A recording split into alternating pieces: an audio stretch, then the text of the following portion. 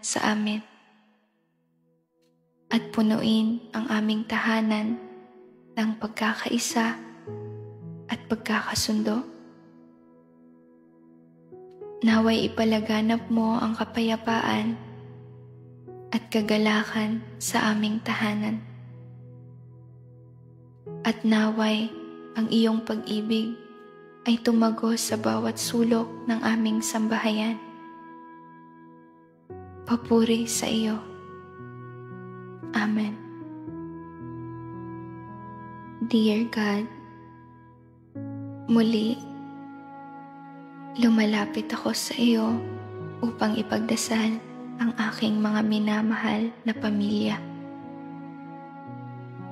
Hinihiling ko na dinggin mo ang aking pagsusumamo at protektahan ang aking pamilya mula sa anumang pinsala o sakuna.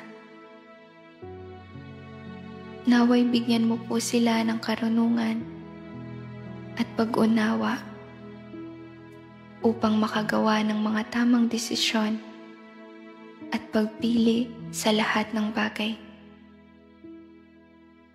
Naway alisin mo ang anumang pagkakabaha-bahagi at salungat